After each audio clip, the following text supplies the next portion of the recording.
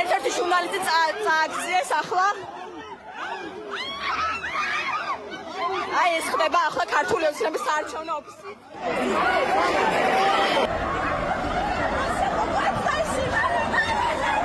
რასაკეთებ ბიჭო? რასაკეთებ ბიჭო? მანქანაში ვჯდომ კაცს გადასცა, ეხა ტელეფონით ნომრებსაც ხედავთ მანქანაში. ტელეფონი დააბრუნე მალე. ვისი და ჟურნალისტის მალე. მომეც ტელეფონი.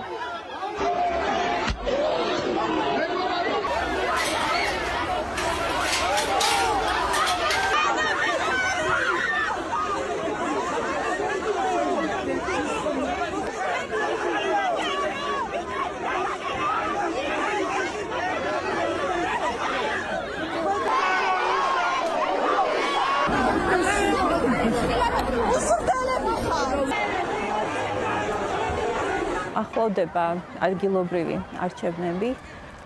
ეს სხვა საუბრის თემაა, რამდენად არის შესაძლებელი არჩევნების სამართლიან გარემოში ჩატარება გამჭვირვალეთ გაუარესებული კანონმდებლობის და იმ ადმინისტრაციის პირობებში, რომელმაც ჩაატარა საპარლამენტო არჩევნები, რის მიმართაც ბევრი კითხვის ნიშანი არსებობს. მაგრამ ჟურნალისტებისთვის ეს ცხადია არის მნიშვნელოვანი მოვლენა, რომელსაც ისინი გააშუქებენ ისევე, როგორც აშუქებენ ქვეყნისთვის სხვა მნიშვნელოვან მოვლენებს იმისგან დამოუკიდებლად, ვისრა დამოკიდებულება აქვს არჩევნების მიმართ, ვინ არის ბოიკოტში და ვინ არა. ამ არჩევნებს ქართული მედია ხვდება ძალიან რთულ მდგომარეობაში. რესურსების თვალსაზრისით უკიდურესად დასუსტებული ფაქტიურად ფინანსური რესურსების გარეშე, მაგრამ დიდი ბრძოლის უნარით, დიდი გულით და უპრეცედენტო სოლიდარობით ერთმანეთის მიმართ. შემოტევისგან დღესდღეობით ჯერჯერობით გაგვაქვს თავი, მაგრამ უკვე ვიცი რომ სამწუხაროდ პატარ-პატარ მედიები განსაკუთრებით აი რეგიონალური მედიები უკვე რთულ დღეში არიან და ჭირს ასევე დაფინანსების მოპოვება მით უმეტეს ამ რაღაცა ახალი გრანტების კანონით და ასე შემდეგ უმეტესობა ხო გრანტებზე იყო დამოკიდებული, ანუ გაჭირდა ესეც. დილამშვიდობის რადიო მარნეულის მსმენელებს, მარნეულის დილა ტალღაზე 96 და 9-ზე უკვე მე-9 წელია გესალმებათ ასე. დილის ეთერის დღის წესრიგია სხვა თემები იცვლება, მაგრამ ჩვენ უნდა ვილაპარაკოთ ამ ყველაფერზე და ანუ არ უნდა გავჩერდეთ. ეს არის მთავარი ჩვენი იარაღი, არ გაჩერება. აი როგორც სისხლის ცირკულაცია რა, რო გავჩერდეთ და რაღაცას ველოდებოდეთ, გავშეშტებით, მოუკვდებით. და ამიტომ აი ეს მივხვდით, რომ უნდა ანუ სულ ვილაპარაკოთ, ვიმოძრაოთ, იმიტომ რომ ანუ ეს არის ჩვენი პროფესია და ამას ვაკეთებ.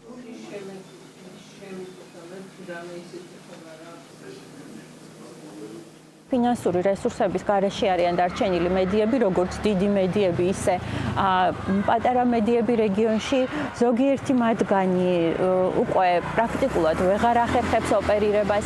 მაგალითად, წამყვანმა ნაციონალურმა მედიებმა ვერ შეძლეს, რომ შეენახათ რეგიონული კორესპონდენტები და ეს ძალიან დიდი პრობლემაა, მით უმეტეს იმ დროს, როდესაც ახლოვდება ადგილობრივი არჩევნები.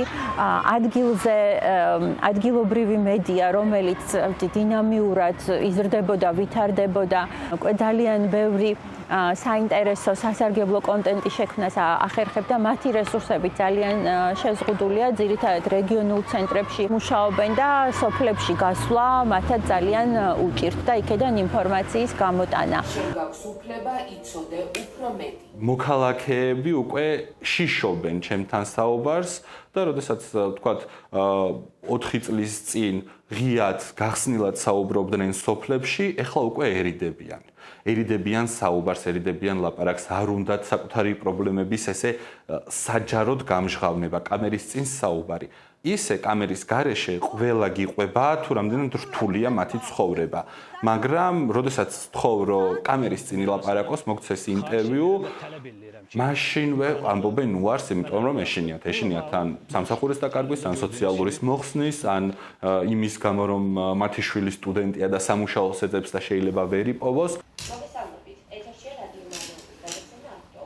ქართული ოცნება იყო ძალიან სასტიკი ჟურნალისტების მიმართ და როდესაც მათ ნახეს, რომ ჟურნალისტები ვერ დაიმორჩილეს ფიზიკური ზეწოლით, ვერ დაახევინეს მათ უკან, გადავიდნენ გეგმაბეზე და დაიწყეს ხაფანგების დაგება მათთვის, ასე ვთქვათ, სხვადასხვა ფორმით ფინანსური ზიანის მისაყენებლად. ძალიან ბევრი შემთხვევა არის, თუ არ ვწდები 30-ზე მეტი, რაც ჩვენ აღვრიცხეთ, რაც ჩემთვის არის ცნობილი და სავარაუდოდ მეტიც იქნება. არის შემთხვევა, როდესაც ჟურნალისტები დააჯარიმეს გზის ხელოვნურად გადაკეტვისთვის იმ დროს, როდესაც ისინი იქ პროფესიულ მოვალეობას ასრულებდნენ და ეს იყო ყველასთვის თვალსაჩინო. მათ ჰქონდათ წარწერები, რომ ისინი პრესას წარმოადგენდნენ, ეცვათ წარწერებიანი ჟილეტები, ხელში ეჭირათ კამერები, უამრავი სხვადასხვანაირი აპარატურა. მანევრული ხასიათის ძალიან საინტერესო 4 ჯარიმა მაქვს, 2 არის მარტის და 2 აპრილის, 4-ვე გასაჩივრებული მაქვს, შეიძლება 20,000 დამაკისრեն, შეიძლება გააერთიანონ და 5 დამაკისრენ, შეიძლება სიტყვიერი გამიცხადონ, შეიძლება გააუქმონ, ანუ ყველა ეს მოლოდინი შეიძლება იყოს რა. მიზანი იყო, რომ ან შეგვშინებოდა, ან შეგვეწყვიტა საქმიანობა, ან რაღაცა თვით ცენზურა მოგვეხდინა, ეხლა აქ ვიღაცების სახედაფარო დადიან ხო და მესმის, ანუ პროტესტი მონაწილეობენ, მაგრამ მე სულ ვამბობ, რომ თვითონ ქართული ოცნებისვე შედგენილ ამ ანტიდემოკრატიულ კანონებშიც კი არ საწერია, რომ ჟურნალისტებს არ გვაქვს უფლება ეს გადავიღოთ, ხო?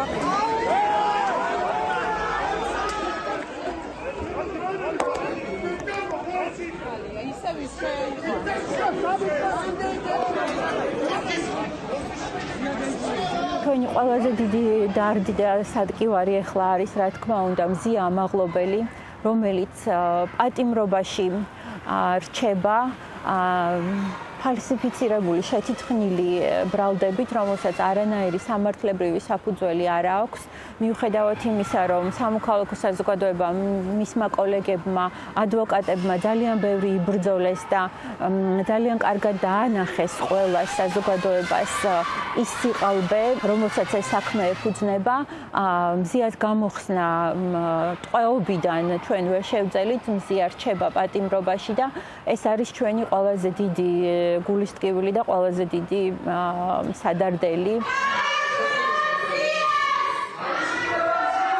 მზია არ უნდა იჯდეს ციხეში, იმიტომ რომ არ იმსახურებს. მე მინდა რომ მზიას კონდეს ის უფლება, რომ ეს წეული 2 წელიც რომ მოუწიოს, ხო? მერე კონდეს შესაძლებლობა რომ დაამტკიცოს, რომ ის უსამართლოდ გაატარა ის 2 წელი ციხეში. ანუ აი ეს ყველაფერი გვახჩობს უბრალოდ, რომ ეს ხდება. ვინ ხართ თქვენ? მე აგიტატორი. რისი აგიტატორი? ქართული ოცნების? ქართული ოცნების აგიტატორი ხართ? არის ხალაევი და უხსნით ადამიანებს როგორ მისცენ ხმა. უკაცრავად ეს რა სიებია? ეს ქუჩის სიები. რის ქუჩის სიები? ჩვენი. Хорошо. გადაღება არ შეიძლება. გადაღება არ შეიძლება. როგორ არის? ექციანს Да, и что? არასასურველი სტუმრები ვიყავით და ხშირ შემთხვევაში ეს მთავრობის პროპაგანდა, რომ რაღაცნაირად ჩვენ ვართ აგენტები, ამ ყველაფერმა ძალიან კარგად იმუშავა ბრწყალებში და როდესაც შევდიოდით საარჩევნო უბნებში გვეძახდნენ აგენტებს. როდესაც ვაშუქებდით დარღვევებს, ეს არ მოსწორდათ არც კომისიის წევრებს, არც ასე ვთქვათ გარეშე მყოფ ადგილობრივი თვითმმართველობის წარმომადგენლებს, რომლებიც დამკვირვებლის ასე ვთქვათ პოზიციაში გვეუბნებოდნენ რადიო მარნეული თავისი გუნდით რაღაცნაირად ვერ დადიოდა უბნებზე თითო-თითო, იმიტომ რომ მართლა გვეშინოდა არჩევნების გაშუქება, ინდივიდუალურად რო წავსულიყავით და სწორედ ორ-ორი დავდიოდით. მე თუ წამართმევდნენ მაგალითად მობილურს, იქნებ ყოფილიყო ვინმე ჩემი მეორე კოლეგა, რომელიც დამიცავდა და სწორედ ესეც მოხდა.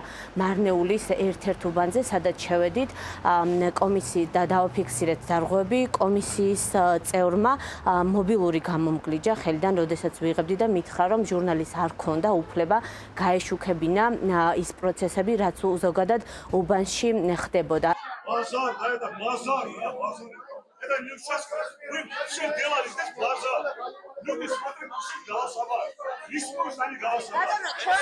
ჩვენ გვაბრალებთ მერე ამას წამოვიდეს ბატონო დღეს მარნეულის მუნიციპალიტეტში დაკავებული მე ვფიქრობ, რომ უფრო მეტად რთული იქნება ჩვენთვის ჟურნალისტებისთვის ეს არჩევნები. ყველანაირი ძალადობის შემთხვევაზე აუცილებლად უნდა მივმართოთ მაინც საგამოძიებო უწყებებს, რომ გვქონდეს შემდგომში მაინც ხელჩასაჭიდი რაიმე დოკუმენტი და საბუთი. ზუსტად იმიტომ, რომ ქართულმა ოცნებამ ჩვენ ამოგვიღო სამიზნეში, ზუსტად იმიტომ, რომ ჩვენზე მოდის ამდენი წნეხი, ჩვენ ქართული დამოუკიდებელი მედიები გავერთიანდით და ერთობლივი ძალებით ვცდილობთ, რომ გადავირჩინოთ თავი, გადავარჩინოთ ქვეყანა და რომ სინათლე არ ჩაქრეს ჩვენს ქვეყანაში.